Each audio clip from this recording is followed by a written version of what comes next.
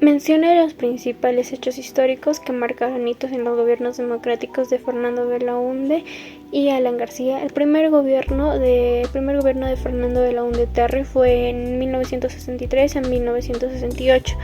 Y el primer hito histórico es la elección democrática de 1963 o el inicio de la democracia. Tras años de dictaduras militares y elecciones frustradas, Belaúnde ganó en las elecciones democráticas con un amplio respaldo. Su figura representaba un discurso de modernización, moralización de la política y desarrollo nacional. Luego tenemos el inicio de la reforma agraria. Belaúnde intentó enfrentar el problema del latifundio mediante una reforma agraria moderada que proponía como comprar tierras improductivas y entregarlas a los campesinos. Sin embargo, en ese momento tuvo poco alcance y se percibió como insuficiente ante la presión de los sectores campesinos.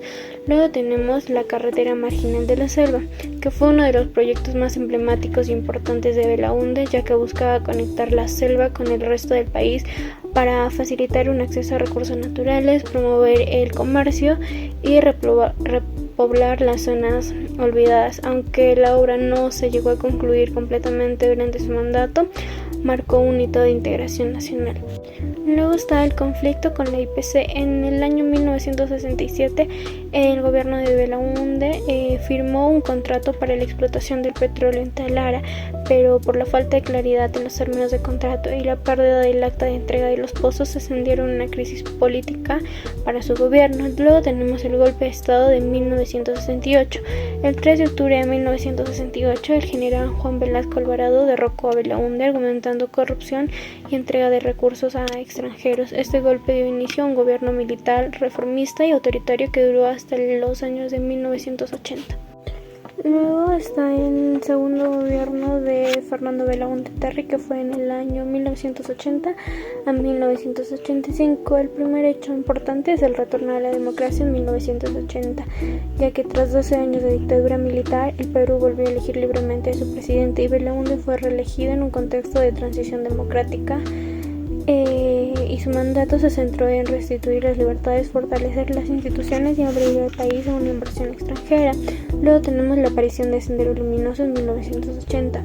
El grupo inició su lucha armada quemando ánforas electorales en Ayacucho. Belaúnde subestimó al fenómeno y lo consideró residual, lo que permitió su rápida expansión en zonas rurales abandonadas por el Estado. Luego tenemos la crisis económica.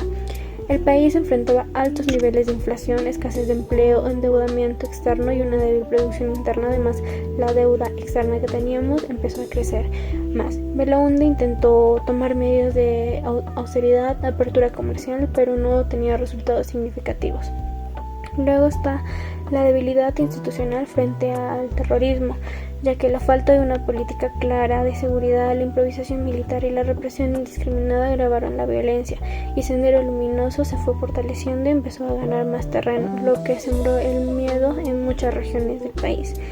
Luego está la descentralización frustrada, ya que fue uno de los proyectos de Belaúnde para que cada región tenga gobiernos autónomos propios como forma de descentralizar el poder del Estado. Sin embargo, el proceso fue muy mal planificado, con poca participación ciudadana, escasez de recursos y sin continuidad política, por lo que fracasó.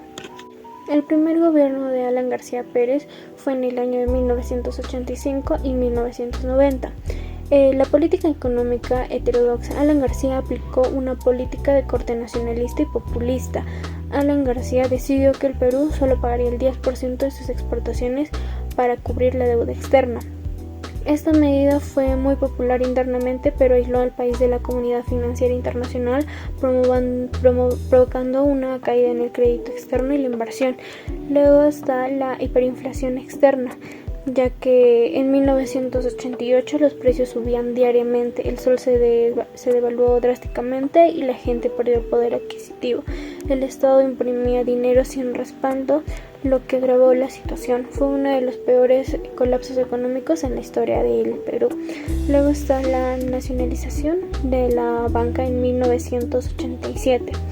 fue un mensaje a la nación. Alan García anunció la estatización del sistema financiero. Empresarios, medios y ciudadanos rechazaron masivamente la medida. Esta decisión aceleró el retiro de capitales y la desconfianza y polarización social.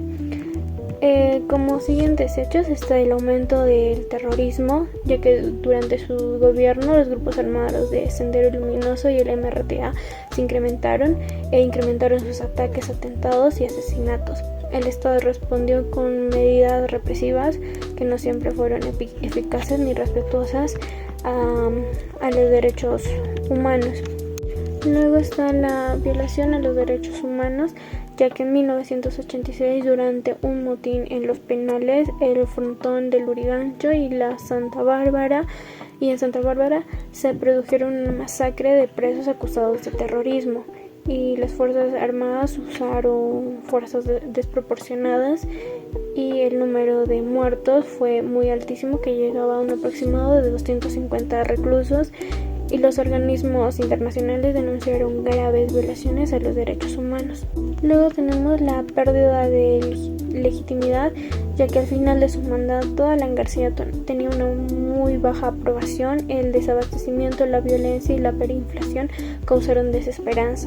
La sociedad quedó desgastada y polarizada, allanando el camino para el ascenso de Fujimori en el año 1990. El segundo gobierno de Alan García se dio en el periodo de 2006 a 2011. Como primer hecho histórico está el crecimiento económico, ya que gracias a un contexto internacional favorable y las políticas económicas estables, el país creció a tasas del 6 y el 8% anual. Se redujo la pobreza monetaria, pero la desigualdad y la exclusión social persistieron. Luego está el conflicto de Bagua, el famoso El Baguazo. En 2009, las comunidades indígenas amazónicas protestaron por los decretos que facilitaban la explotación de los recursos en sus territorios sin una consulta previa.